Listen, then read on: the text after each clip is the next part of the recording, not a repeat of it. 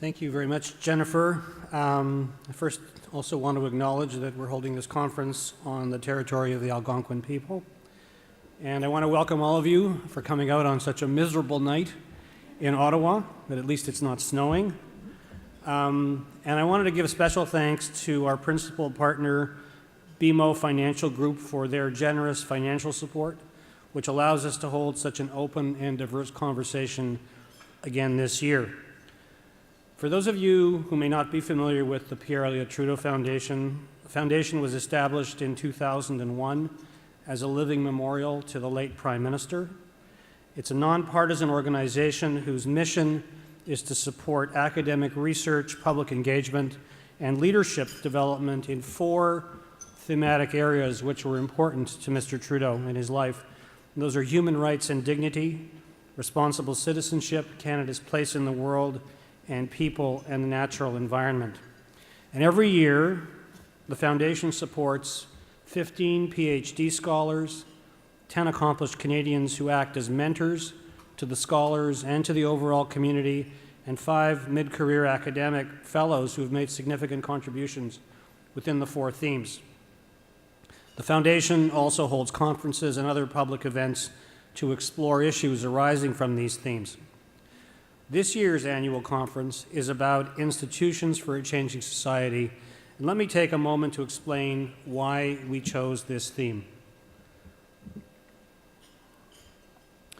D'abord, nous vivons dans une ère de profonds bouleversements qui résultent de l'effet combiné de la mondialisation et des progrès des technologies de l'information. Et le contexte même dans lequel nous abordons les enjeux d'aujourd'hui a changé et comporte nombre de paradoxes. Nous observons les rapports de force mondiaux se déplacer de l'Occident vers l'Asie, mais nos institutions multilatérales sont toujours modelées sur les zones de pouvoir qui prévalaient à la fin de la Deuxième Guerre mondiale. Les institutions de type hiérarchique héritées du XXe siècle cohabitent avec un large éventail de réseaux horizontaux qui revendiquent d'être entendus haut et fort dans les décisions d'avenir.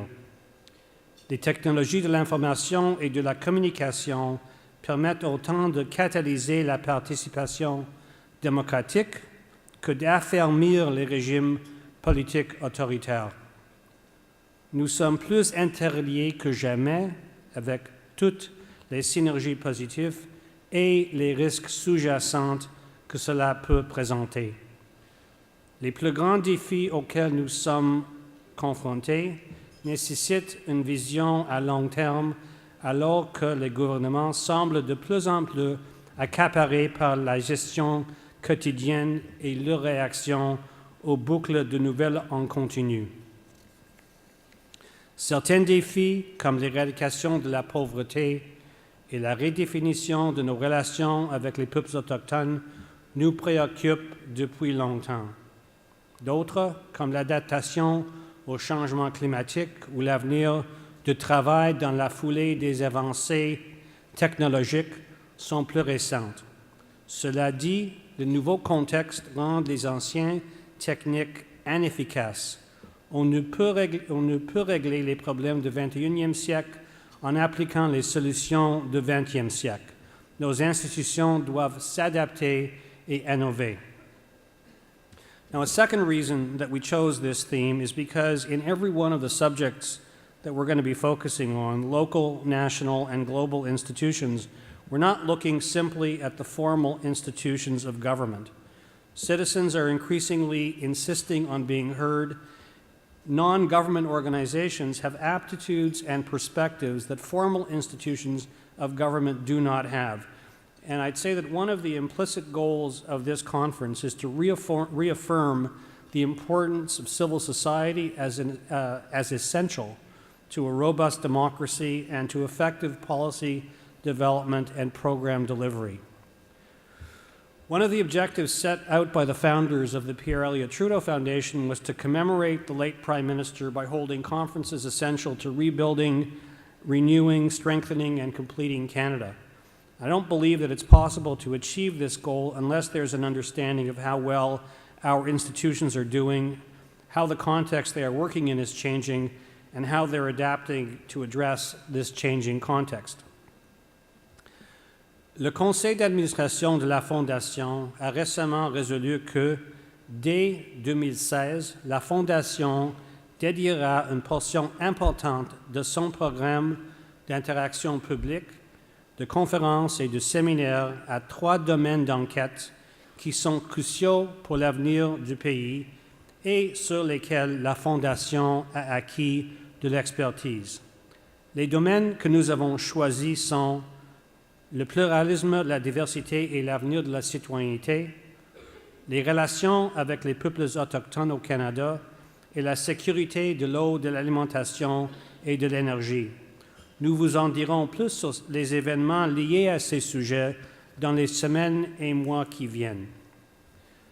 Nous avons pensé qu'un colloque qui fasse l'état de nos institutions formelles et informelles serait un prélude essentiel à notre exploration des 3 nouveaux domaines et aux travaux que nous continuerons à soutenir sous l'égide des 4 grands thèmes originaux de la Fondation. Now, before I finish, I just wanted to point out a few things about the conference. We heard earlier from Caitlin Cote-Toley, one of 4 Indigenous rapporteurs who will be speaking at various points throughout the conference, and I really appreciated Caitlin's remarks and her honor dance, and I'd like to emphasize how pleased the Foundation is that Caitlin and her colleagues have agreed to give us their perspectives over the next 2 days. The Foundation is taking seriously its commitment to learning from and with Indigenous perspectives.